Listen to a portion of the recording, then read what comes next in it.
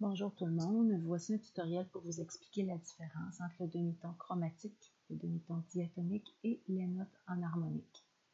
Dans un premier temps, je vous explique le demi-ton chromatique qui est fait à partir de deux notes de même nom. Par exemple, Do, Do dièse ou Si bémol, Si bécard. Donc on parle de demi-ton chromatique parce qu'on utilise le même nom de notes. Ceux-ci sont ascendants parce on voit ici là Do, Do dièse, donc on va en montant sur les deux notes. Même chose, Si bémol, Si bécard, on garde la note Si et on change tout simplement l'altération. Ici, vous avez le demi-ton diatonique qui est fait avec deux noms de notes différents, donc on a toujours une distance de un demi-ton, par exemple Mi et Fa, ou Si et Do, qui sont les deux demi-tons diatoniques qu'on retrouve sur le clavier de piano avec les notes naturelles.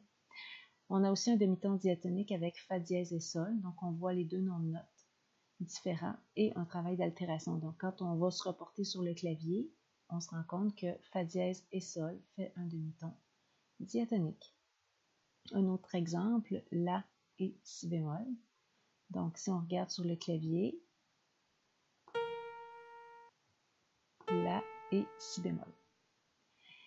Pour ce qui est des notes en harmonique, ce sont deux notes qui représentent la même touche sur le clavier. Donc ici, vous avez Si bémol et La dièse. Donc quand on regarde sur le clavier, on se rend compte que c'est exactement la même touche. Donc le dièse est à droite, fait que La dièse, tandis que le bémol est à gauche, Si bémol. Ici, une autre note en harmonique, Mi bémol, Ré dièse.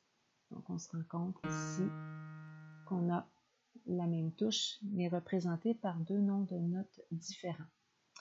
Ici, Mi, Fa bémol, on a encore deux notes en harmonique, cette fois-ci avec une note naturelle.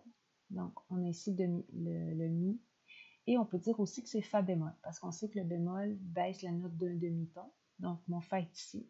Donc, Fa bémol se retrouve au même endroit que la note Mi.